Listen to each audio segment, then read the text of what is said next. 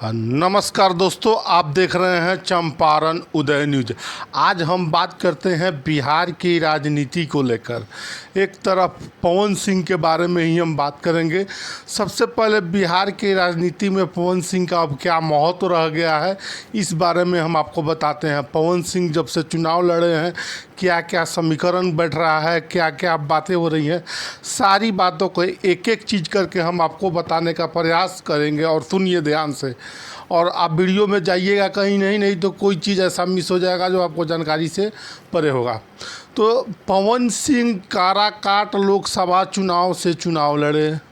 चुनाव लड़ने के साथ साथ उन्होंने राजनीति में अपनी एक धाक बना ली।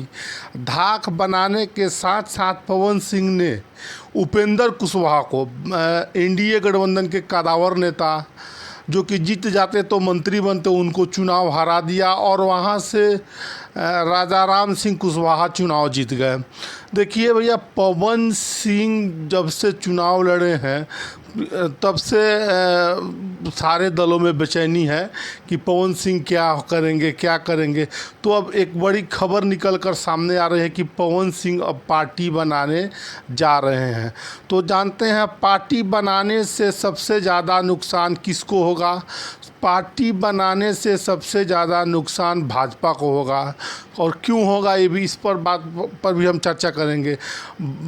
पवन सिंह अगर पार्टी बनाते हैं तो पवन सिंह को पार्टी बनाने के साथ भाजपा के जो स्वर्ण वोटर है, राजपूत समुदाय के वोट, उनसे कुछ अलग हो जाएंगे।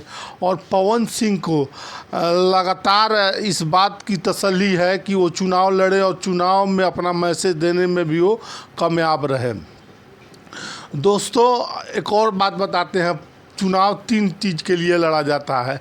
एक पहचान बनाने के लिए, दूसरा किसी को चुनाव हराने के लिए, और तीसरा चुनाव जीतने के लिए। पवन सिंह ये तीनों काम कर चुके हैं। चुनाव लड़कर अपनी पहचान बना चुके हैं। चुनाव लड़कर, दूसरी बात, पवन सिंह चुनाव लड़कर चुनाव हारा चुके हैं। हालांकि जीत नहीं पाए, लेकिन एक में से दो पायदान उन्होंने पार कर लिया है। ऐसी राजनीतिक गलियारों में चर्चा है कि पवन सिंह अपनी एक पार्टी बनाने वाले हैं, और पार्टी बनाने के साथ साथ वो पूरे बिहार में भ्रमण करने वाले हैं, और इसके लिए वो तैयारी भी शुरू कर चुके हैं। लेकिन पवन सिंह को चुनाव लड़ने से सबसे ज़्यादा नुकसान किसको होगा, तो भारतीय जनता पार्टी को होगा। क्योंकि उनके जो भी राजपूत वोटर हैं, जैसे कहते हैं बिहार में कि राजपूत वोटर और स्वर्ण वोटर भाजपा को वोट करता है, उसी प्रकार राजपूत वोट पवन सिंह अगर पार्टी बनाते हैं तो कहीं ना कहीं वो भारतीय जनता पार्टी, एनडीए गठबंधन को ही परेशानी का सबब करेंगे। ऐसा भी हो सकता है कि पवन सिंह का पार्टी बनाने के बाद उनसे कोई बात करे, कोई गठबंधन बात करे, महागठबंधन बात करे या एनडीए गठबंधन बात करे कि हमारे पक्ष में आप आ जाइए और हमारे साथ आप मिल के काम करिए। लेकिन पवन सिंह की राजनीतिक शुरू से भाजपा की विचारधारा वाली राजनीति रही है। पवन सिंह प्रयासरत थे कि उनको आरा से टिकट दे दिया जाए, उनको टिकट नहीं मिला। फिर उसके बाद उन्होंने निर्दलीय चुनाव लड़ने का, उसके बाद एक और बात आपको बताते हैं। फिर पवन सिंह चाहते थे कि उनको बलिया से टिकट मिल जाए, फिर बलिया से उनको टिकट नहीं मिला। पवन सिंह के बारे में ये भी चर्चा है कि पवन सिंह अपनी पार्टी बनाकर हो सकता है कहीं भाजपा का से नेतृत्व चाहे या चाहने वाला है कि पवन सिंह हमारे साथ काम करे। अगर पवन सिंह अगर उनके साथ काम नहीं करते हैं तो सबसे ज़्यादा डैमेज करने का काम पवन सिंह भाजपा को करेंगे। दोस्तों, अगर वीडियो में एक और आपको हम बताते हैं कि पवन सिंह की राजनीति, पवन सिंह बीजेपी के स्टार प्रचारक रहे हैं। सभी स्टेट में, राज्यों में उन्होंने घूम घूम कर लगातार प्रचार किया है।